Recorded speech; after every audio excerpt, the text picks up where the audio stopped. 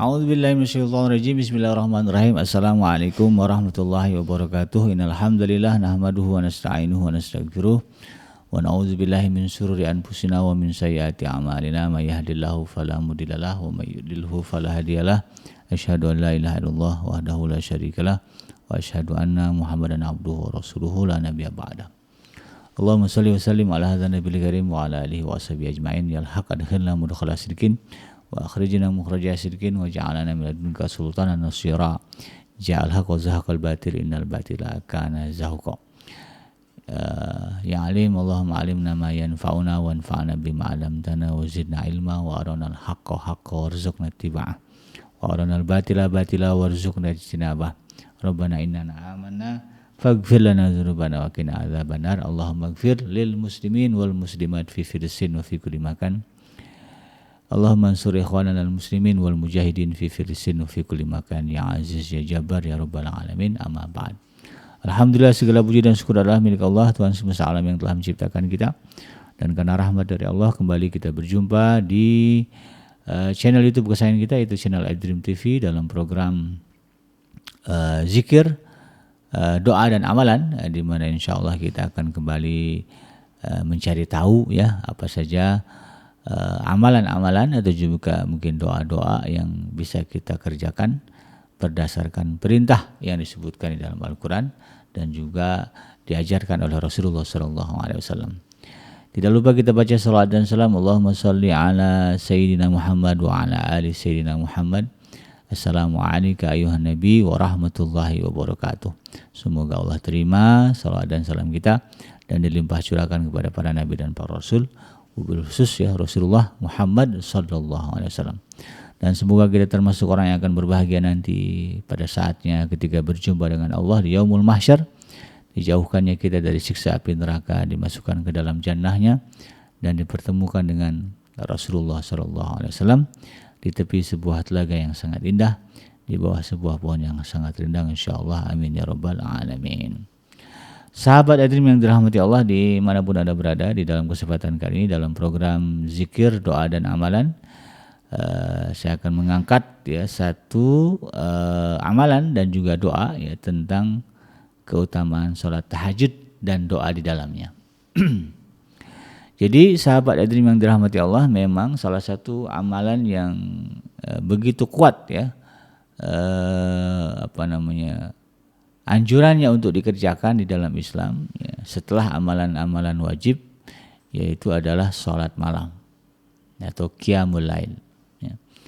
Jadi Rasulullah SAW dan para sahabat ya termasuk orang-orang yang konsisten ya, teguh mengamalkan, menjalankan ya, mendawamkan sholat malam atau qiyamul lail ya. Karena memang di dalam Al-Quran sendiri ya, setelah perintah sholat wajib, maka salat malam ini paling banyak disinggung oleh Allah Subhanahu wa taala. Ya, bahkan statusnya dulu ya sempat menjadi ibadah yang wajib, sampailah kemudian dimansuh oleh ayat yang lain ya, sehingga menjadi amalan yang sifatnya sunnah atau dianjurkan.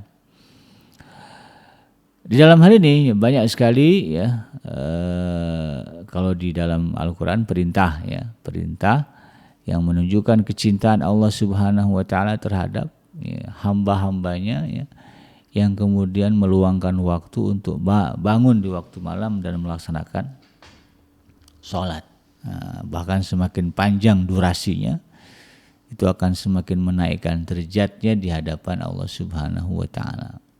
Karena memang pada prakteknya ya sebagaimana disebutkan di dalam surah An-Naba ya, waja'alna laila libasa waja'alna nahara ma'asya. Dan kami jadikan malam itu sebagai pakaian ya, yang menutupi diri kalian ya, dan kami jadikan siang sebagai tempat kalian untuk mencari kehidupan ya, karena siang ini orang sibuk dengan mencari penghidupan ya, sehingga kemudian tidak maksimal untuk mendekatkan diri kepada Allah Subhanahu wa taala secara personal. Secara personal ya. Kalau dekat ya dekat aja, cuman untuk intens secara personal itu kalau di siang hari ya tentu tidak bisa maksimal ya. Apalagi kalau yang tinggal di perkotaan ya, pergi pagi jam 5, kadang-kadang jam setengah 5, jam 4, nanti pulang kemudian udah mau maghrib ya. Belum lagi yang kerjanya di jalan ya, jadi kurir ya, atau juga mungkin jadi pengantar paket ya, atau juga mungkin jadi driver ya, driver ojek, atau juga mungkin taksi gitu kan. Sibuk sekali di siang hari. Maka kemudian ya, ada waktu ya yang Allah sediakan bagi hamba-hambanya ya, yaitu pada malam hari untuk mendekatkan diri kepada Allah Subhanahu wa taala. Ya, makin rutin maka makin tinggi derajat orang itu, makin lama durasinya maka makin tinggi derajat orang itu. Makanya Rasulullah SAW ya di dalam hadis-hadisnya ya banyak ya dijumpai ya, beliau adalah pribadi yang begitu suka ya, meratap, menghibah kepada Allah Subhanahu wa taala pada sebahagian malam ya, terutama di sepertiga malam terakhir. Ya sebagaimana yang disebutkan di dalam surah Al-Muzammil ya, ayat yang pertama hingga yang keempat ya. A'udzubillahi minasyaitonirrajim. A'udzubillahi minasyaitonirrajim. Bismillahirrahmanirrahim. Ya ayyuhal muzammil. Qumil laila illa qalila nisfahu aw winqus minhu qalila aw zid alaihi waratilil qur'ana tartila ya. Orang-orang yang berselimut ya, dulu kepada Nabi Muhammad ya, sekarang kepada kita lah. Sama-sama berselimut juga ya kalau malam hari ya. Qumil laila illa qalila, bangunlah pada sebagian malam untuk salat ya, untuk salat ya. Nisfahu awingkus minhu qalila ya, dengan durasi separuhnya, separuh malam ya, separuh malam berarti kalau dari jam kita hitung jam 6 ketemu jam 6 12 jam ya. Maka kalau separuhnya 6 jam ya, Allah minta 6 jam ya, Nabi Muhammad bangunlah ya, separuh malam 6 jam ya. Awingkus minhu qalil, atau kurangilah ya, enggak kuat 6 jam ya, kurangilah ya, kembali kepada kita mau berapa, mungkin separuhnya dari 6 jam 3 jam. Wah, seperempat malam juga ribet ya, udah kurangi lagi 1/8 misalnya. Jadi misalnya 1,5 jam. Waduh, kelamaan juga bikin ya. Enggak tahan ini ya, setengah jam lah minimal ya. Enggak tahan juga ya, 10 menit lah ya, sholat selesai tidur. Ya. Jadi Allah Subhanahu wa taala menegaskan seperti itu. Bahkan kalau lebih abdul lagi ya, amalannya adalah waratilil qur'ana tartila ya, dan pada malam itu bacalah Al-Qur'an dengan bacaan yang tartil. Sempatkan baca Quran gitu. Dan ini yang kemudian menjadi penanda atas kesolehan ya, kualitas kesolehan ya, seorang hamba di hadapan Allah Subhanahu wa taala ya, sebagaimana disebutkan dalam surah Az-Zariyat ayat yang ke-17 dan ke-18. A'udzubillahi minasyaitonirrajim. Kanu qalilan minal laili ma yahja'un ya, kanu qalilan minal laili ma yahja'un wa bil ashari hum yastaghfirun ya, mereka itu sedikit sekali tidur di waktu malam. Ya, dalam ayat yang lain katakan tatajaba junubuhum anil madaji', lambung mereka itu jauh dari ranjang tempat tidur. Ya, ini ayat ini menjelaskan kanu qalilan minal laili ma yahja'un ya. Ya, mereka itu hamba-hamba Allah yang dicintai, yang dekat dengan Allah Subhanahu wa taala itu dulu ya, ketika di alam dunia sedikit sekali tidur di waktu malam. Ya, jadi malamnya dihabiskan ya. Jadi Rasulullah itu tidur awal ya. Lebih sisa tidur kalau nggak ada kegiatan penting ya, misalnya ada perang atau apa. Nanti bangunlah beliau pada tengah malam atau sepertiga malam terakhir. Itu kesaksian dari Sayyidah Aisyah ya. Beliau akan bangun tengah malam atau malam sepertiga malam. Nah, tengah malam kan, kalau setengah malam kan begitu ya. Jam 12 berarti kan? Jam 12 sampai subuh tuh. Maka Rasulullah bangun tengah malam. Ya, setelah telatnya beliau akan bangun sepertiga malam terakhir. Ya. Nah, sampailah masuk ke dalam waktu sahur salat subuh, ya disebutkan di ayat ini wabil ashari hum yastaghfirun, dan di waktu sahur itu mereka meminta ampun kepada Allah Subhanahu wa taala. Dan banyak lagi ayat-ayat ya yang menyebutkan keutamaan ya, dari qiyamul lail. Nah, itu sebagai catatan dari sahabat yang dirahmati Allah, ini menjadi salat tahajud ini atau qiyamul lail ini menjadi amalan yang sangat istimewa kalau ya, kita sudah tertib di dalam menjalankan ibadah yang wajib. Nah, jangan sampai kemudian ada orang yang berjibaku bersemangat mengerjakan sholat malam tapi sholat wajibnya bolong-bolong atau sholat wajibnya ala kadarnya. Wah, ini salah kaprah gitu ya. Jadi sholat tahajud, sholat qiyamul lail akan menjadi bermakna ya, dan meningkatkan derajat seseorang di hadapan Allah Subhanahu wa taala sebagaimana perintahnya ya di dalam surah Al-Isra ya. Surah Al-Isra ayat yang ke-79 Allah menegaskan wa minal laili fatahajjad bihi nafilatan lak asa ayyab'asaka rabbuka maqaman mahmuda. Nah, ya.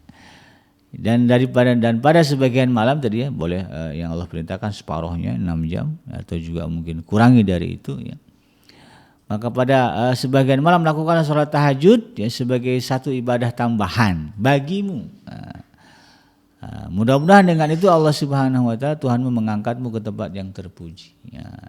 Jadi kalimatnya ibadah nafilah tambahan.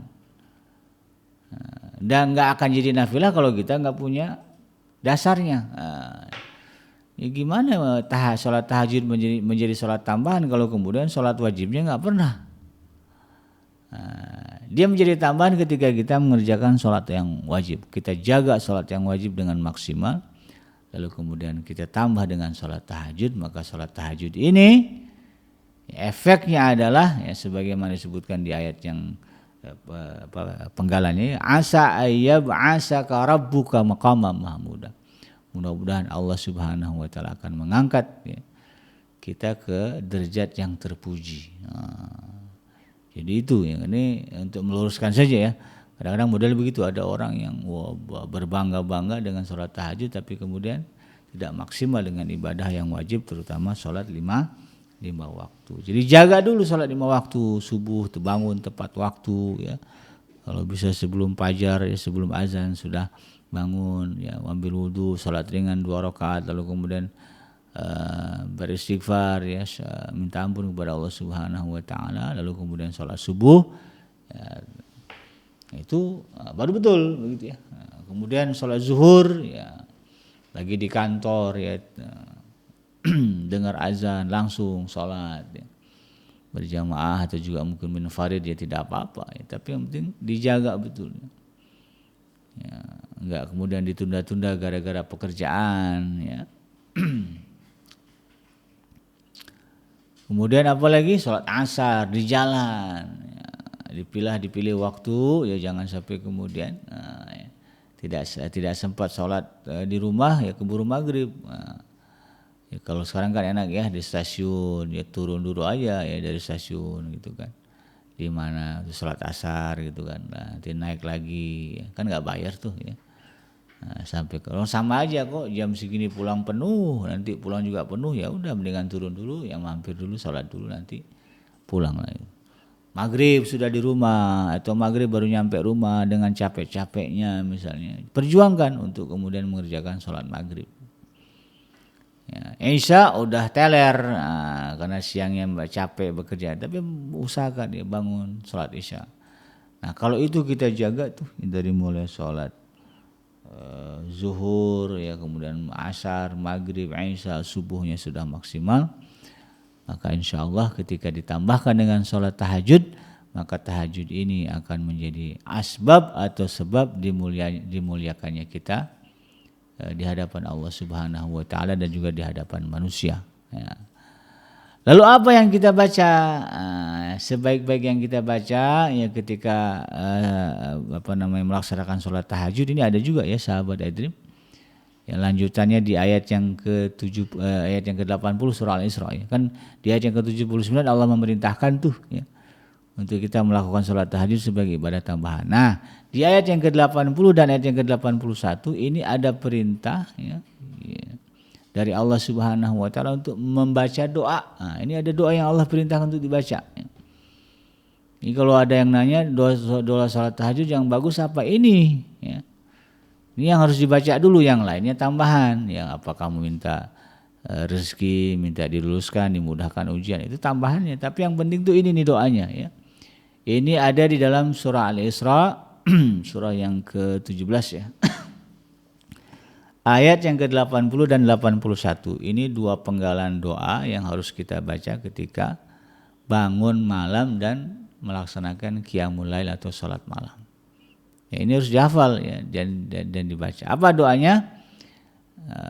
Rabbi adkhilni mudkhala sidqin wa akhrijni mukhraja sidqin waj'alni min ladunka sultanan nasira. Lalu kemudian doa berikutnya, ja'al haq wa zahaqal batil innal batila kana zahuqa. Nah, jadi ini bahkan kalau kita lihat redaksi ayatnya, waqur rabbi adkhilni, dan katakanlah. Jadi ketika Allah sudah memerintahkan kita sholat tahajud ya, sholat malam, qiyamul lail, setelah sholat itu kemudian Allah katakan waqur, dan katakanlah waqur rabbi adkhilni mudkhala sidqin, ya Allah ya, masukkanlah aku ke tempat dan keadaan apa saja dengan cara yang benar. Ya, wa akhrijni mukhraja sidqin, dan keluarkan pula aku dengan cara yang benar. Waj'alni min ladunka sultanan nasira, dan berikanlah kepadaku kekuatan yang menolong. Ya kan kita sering banget ya terjebak masalah misalnya begitu. Kita minta kepada Allah kan agar diberikan kekuatan yang menolong. Jadi ini harus rutin dibaca. Kalau ingin mendapatkan tambahan keutamaan kemuliaan sisi Allah Subhanahu wa taala dengan salat malamnya. Rabbi adkhilni mudkhala sidqi wa akhrijni mukhraja sidqi waj'alni min ladunka sultanan nasira. Ya, kita minta kepada Allah. Dalam hal ini para ulama mengatakan ya, maksud dari doa ini adalah doa memohon kepada Allah Subhanahu wa taala agar kita dimasukkan agar kita memasuki satu ibadah ya. Dan selesainya itu dengan niat yang baik dan penuh keikhlasan serta bersih dari riya ya, dan segala sesuatu yang merusak pahala ya, karena banyak juga orang yang kemudian beribadah terutama ibadah tahajud ya, ibadah malam yang sifatnya sir, rahasia gitu. Lalu kemudian ditunjukkan kepada orang untuk mendapatkan pujian. Kadang di-share di WA, bangun, ayo kita sholat tahajud. Saya sudah sholat tahajud nih, ada fotonya. Ada begitu kan? Nah, yang kayak gini kan nggak jadi ibadah jadinya, ya. Nggak jadi ikhlas karena Allah ya. Karena ada riya di situ unsur. Maka dengan doa ini ya kata para ulama ya, kita minta kepada Allah agar sholat malam yang kita kerjakan, ibadah malam yang kita kerjakan murni ya. Ya, adalah meningkatkan hubungan personal kita dengan Allah Subhanahu wa taala dan tidak ada maksud riya ditunjuk-tunjukkan kepada orang lain yang pada akhirnya merusak pahala. Nah, itu menurut para ulama ya, sebagaimana di dalam tafsir tahlili yang diterbitkan oleh Kementerian Agama ya. Doa berikutnya adalah sambungannya ya, dan Allah juga memerintahkan waqul, dan katakanlah ya kepada mereka yang bangun di waktu malam lalu kemudian melakukan qiyamul lail, ja'al haqqu wa zahaqal batil ya, batil innal batila kana zahuqa ya. Yang benar telah datang dan yang batil telah lenyap, innal batila kana zahuqa, sesungguhnya yang batil itu pasti lenyap. Ya, kadang-kadang ya dalam kehidupan kita ada banyak kebatilan-kebatilan yang susah sekali ya kita hilangkan. Ibu-ibu mungkin ada yang sukanya ngegosip aja ya, nontonnya infotainment aja gitu. Susah banget mau bergeser gitu ya. Kalau ada orang ngomongin tetangga seneng banget, gimana. Padahal baru pembukaan yang ngajaknya, lu tahu nggak si Anu, baru gitu doang, wah semangat ya, gimana. Nah, susah banget kita menghilangkan itu. Cobalah baca doa ini setiap sholat malam. Dengan syarat itu tadi ya, sholat wajibnya sudah rapih. Nah, ya. Gimana bikinnya sholat wajibnya belum rapih? Kerjakan juga sambil merapi-rapikan. Ya. Belajar ya, anggap aja belajar. Insya Allah nanti pada satu titik ketemu tuh ya.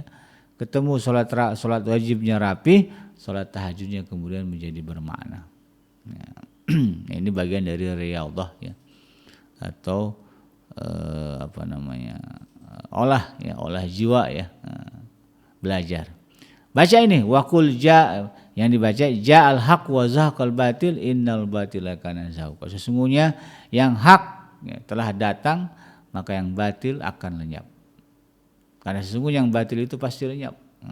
Pada akhirnya semua kebatilan di alam dunia ini akan musnah, hilang.